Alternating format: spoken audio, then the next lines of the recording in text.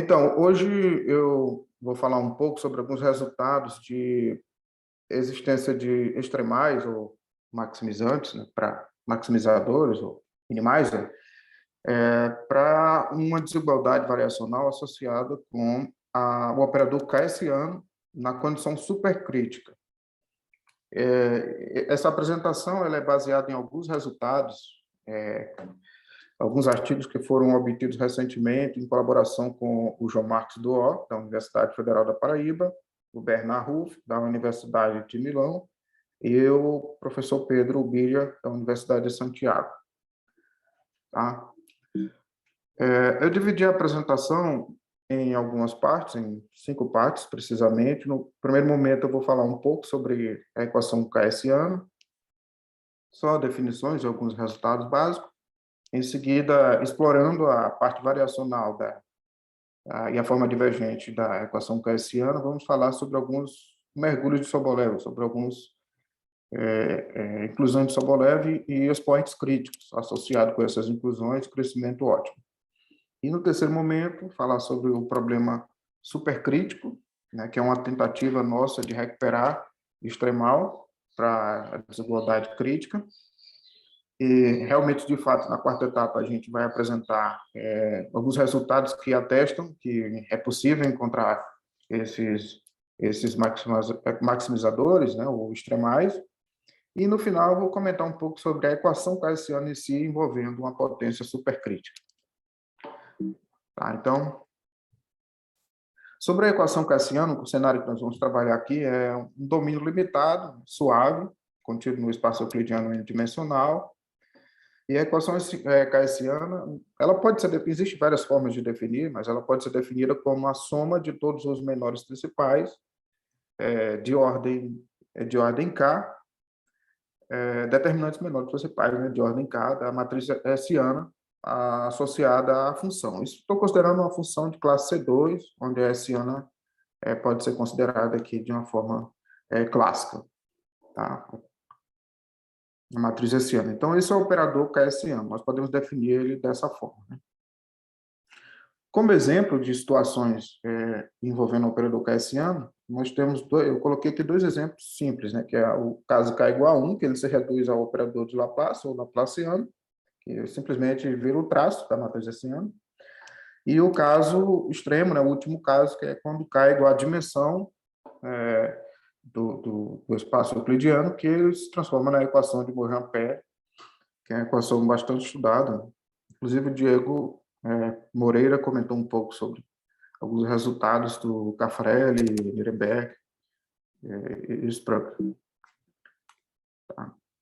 Então, 2 propriedades são, na minha opinião, na minha humilde opinião, 2 propriedades são importantes, né, são cruciais para o estudo da equação Kayessiana, pelo menos no cenário que nós vamos trabalhar. O primeiro é que ele possui, o operador Kayessiano possui uma forma divergente. Isso possibilita definir uma norma e considerar problemas variacionais associados. E o segundo é que ele tem, né, propriedades de elipticidade, então você pode obter estimativa de regularidade, né?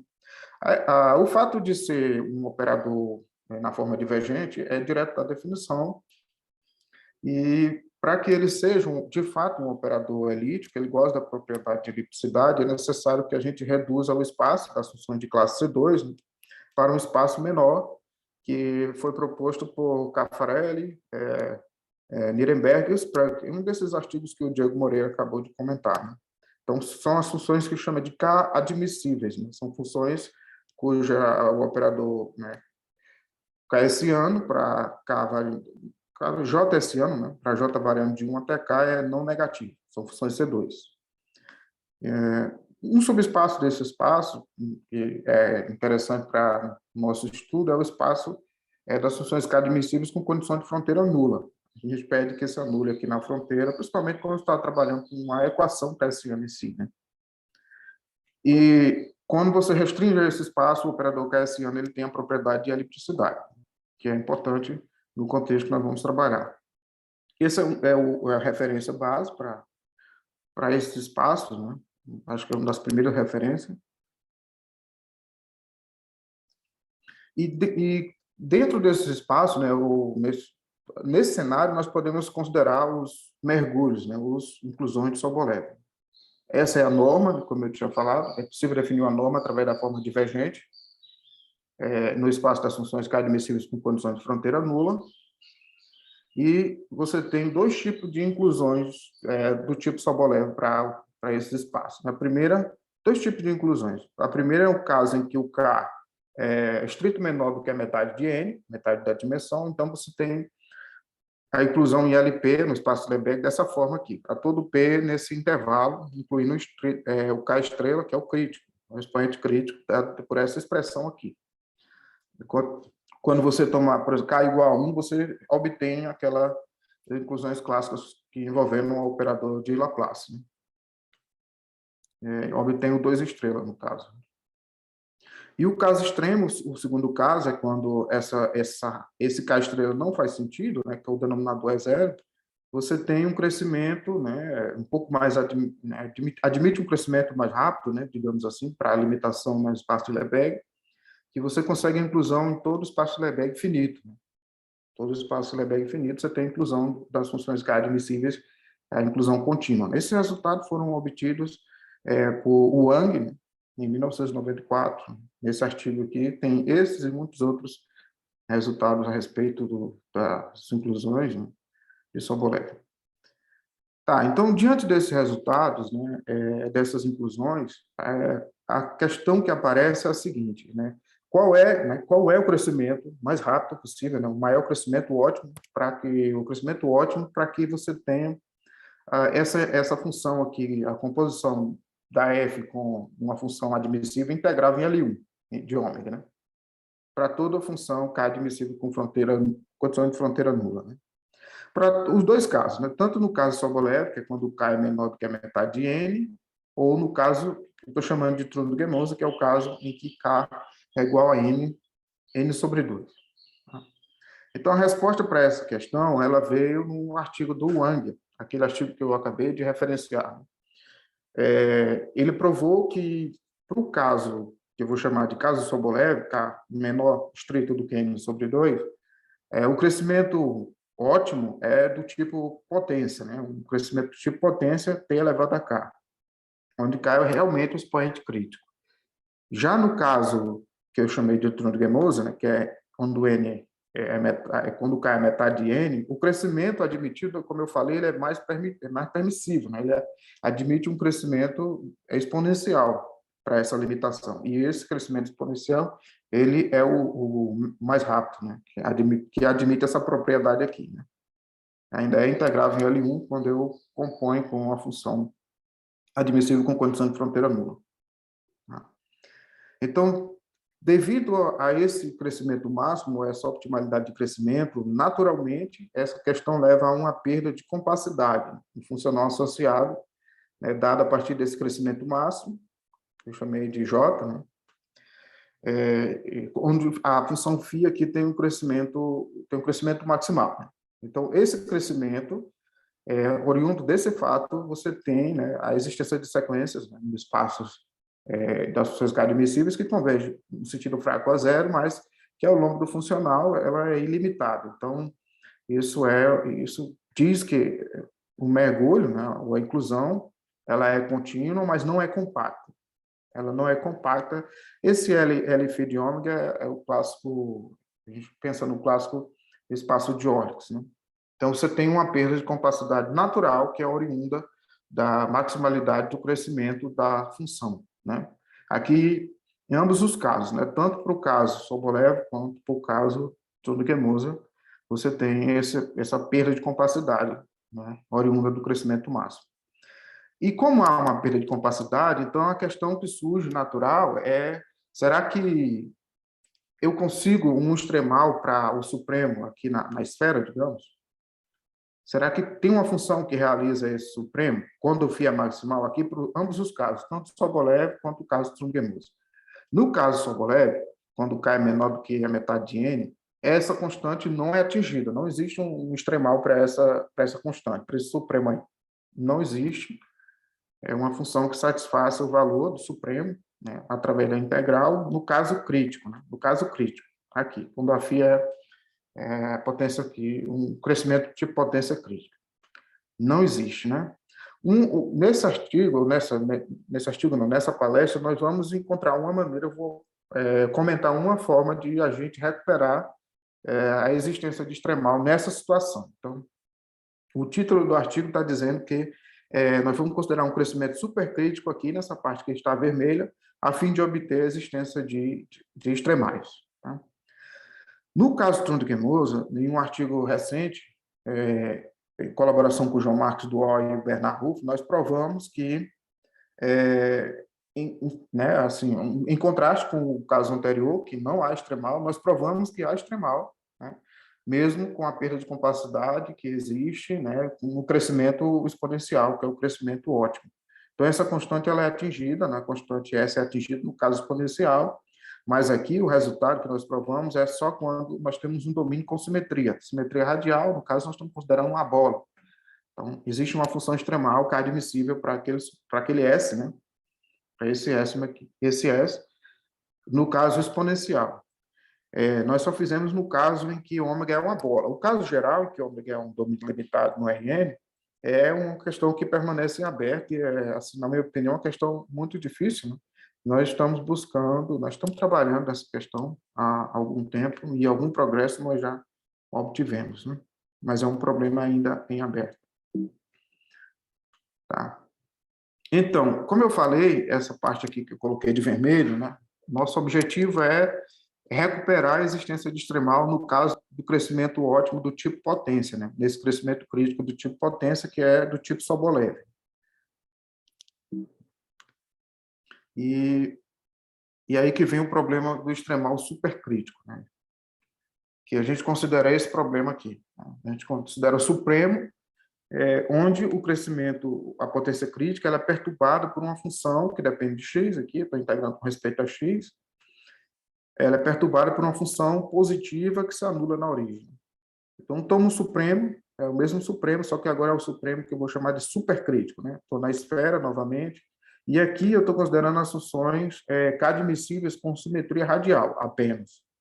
Porque devido a essa potência aqui do tipo que nós vamos considerar, e do fato do operador Kayssiano ser não linear, estimativas de simetrização de Schwarz não são muito adequadas, né? Não funciona muito bem, então a gente já vem para o espaço das funções com simetria radial, para evitar de ter que provar uma desigualdade do tipo isoperimétrica e aplicar a simetria de Schwarz, né, que não é muito utilizada.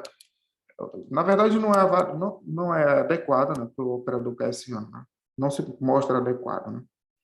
Então, nós consideramos esse supremo supercrítico, né, com uma potência aqui, que adiciona o crítico, uma função positiva, estritamente, exceto no zero, e vamos investigar se tem chance desse supremo ser finito. Primeiro, né, antes de procurar se tem extremal para esse supremo, nós vamos investigar se realmente tem chance de ele ser finito, né?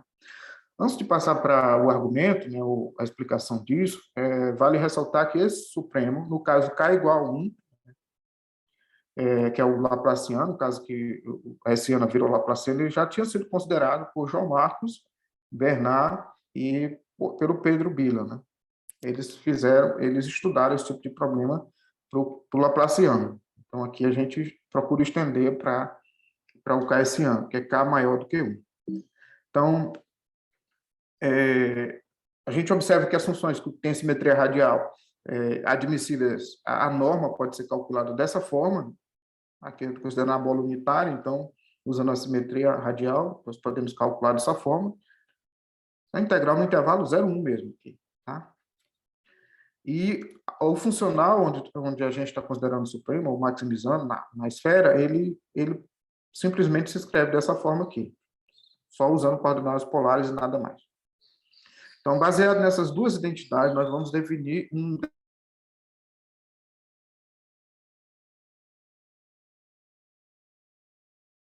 Tá? Uma outra coisa que é importante manter em mente é que as funções K admissíveis que nós estamos considerando aqui, elas já partem.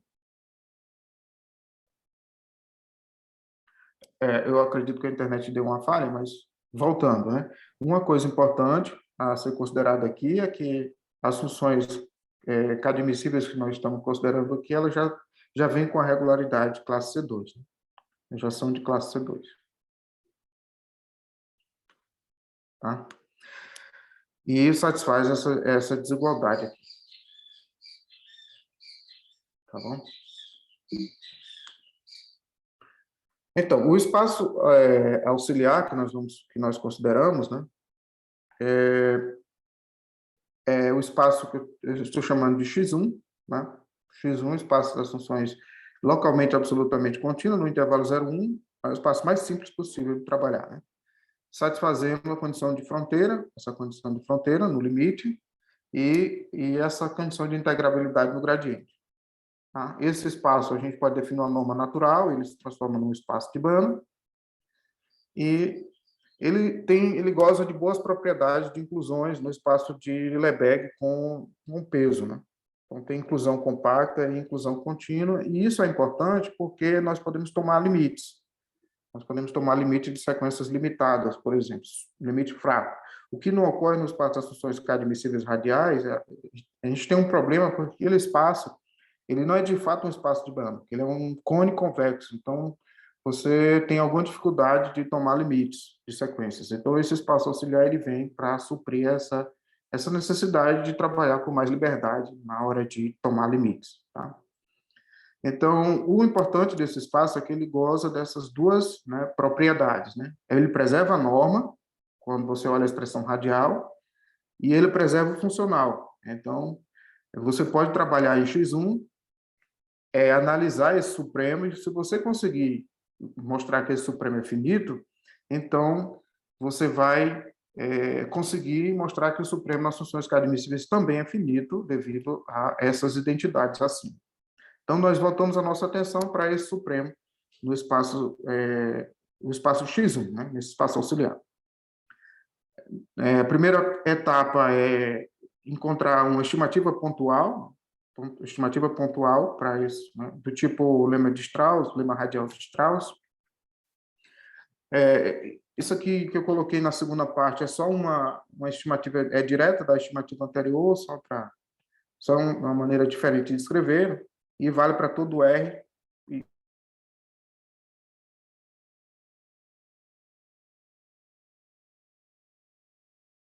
O comportamento da função longe do zero. Perto do zero, ela pode ser controlada pela estimativa acima, né, essa anterior, e longe do zero, ela pode ser estimada pela norma X1. Em particular, se eu estiver considerando na bola ou na esfera, ela é limitada. Isso é importante. Por quê? Na hora de considerar o supremo, nós dividimos a integral em duas partes, próximo da origem e longe da origem. A parte longe da origem, como eu acabei de dizer, as funções elas são menor do que 1, quando eu olho na bola, uniforme, menor do que 1, para toda função x1. Agora, próximo da origem, a estimativa que a gente tem é essa aqui, né? essa primeira aqui, que eu estou apontando aqui para vocês. Então, a gente requer mais uma hipótese na F. Usando essa identidade elementar e essa estimativa também elementar, essa segunda estimativa, essa estimativa que aparece nessa identidade aqui, ela é oriunda daquela estimativa pontual que eu destaquei, né? É só aplicar a propriedade elementar do logaritmo. E daí, se a gente supõe que o produto da função f pelo módulo logaritmo de r, que é limitada, próximo da origem, né? Então, essa integral aqui ela é limitada por uma constante que não depende da função com norma 1 no espaço x1 que eu tomar. Consequentemente, né, a gente tem essa proposição, né, sobre a condição de Sobolev, a função f contínua, né, nesse intervalo, e satisfazendo as duas propriedades f1 e f2, esse supremo aqui é finito. E, consequentemente, pela relação que nós construímos entre o espaço x1 e o espaço das funções K admissíveis, a gente obtém a limitação no supremo quando eu estou considerando o espaço das funções admissíveis. Esse supremo aqui é maior, porque toda função K admissível eu posso gerar uma função x1. Tá? Então, dado que o supremo é finito, a questão da existência de extremais aparece. Né? Então, a gente considera uma situação particular de f, né? Essa f igual a uma perturbação do crítico por uma potência a alfa, né? X, módulo de x a alfa, e tomo o supremo na esfera das funções K admissíveis radiais com condição de fronteira nula, tá? Para alfa Q positivo a priori. Isso que é finito, porque a função que está aqui, no expoente aqui, ela satisfaz as propriedades de F1 e F2. E será que existem condições em alfa para que esse supremo seja atingido? Essa é a questão, tá? Então, nós mostramos, né, recentemente, um trabalho com o Pedro, nós mostramos que esse supremo é atingido por uma função K admissível radial, desde que o alfa satisfaça essa desigualdade estrita aqui, né? É menor do que n menos 2k sobre k, e maior do que zero, né? Que era uma hipótese inicial já. E esse resultado, ele estende para o operador Cartesiano o resultado que tinha sido obtido pelo João Marco, e pelo Bernard e pelo Pedro, né? No contexto do operador de Laplace. Tá? Eles obtiveram esse resultado, e esse resultado aqui ele estende para o operador Cartesiano, tá? No contexto das funções K admissíveis. Ok? Eu vou dar uma ideia rápida da demonstração desse resultado.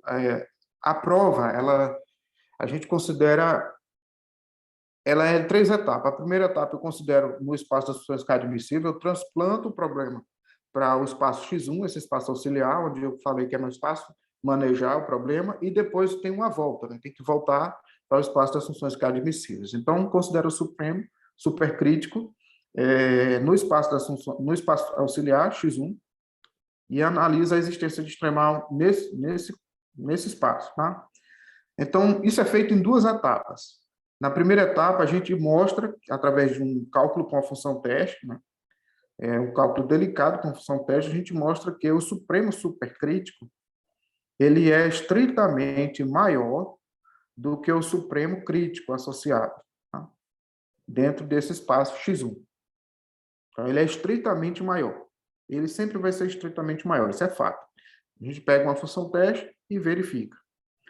E numa segunda etapa, a gente faz o seguinte, a gente pega uma sequência maximizante, em particular ela é limitada na bola, tem uma subsequência que converge fraco aqui, né? Que converge ainda para o valor do supremo, supercrítico. Uma sequência maximizante, simplesmente.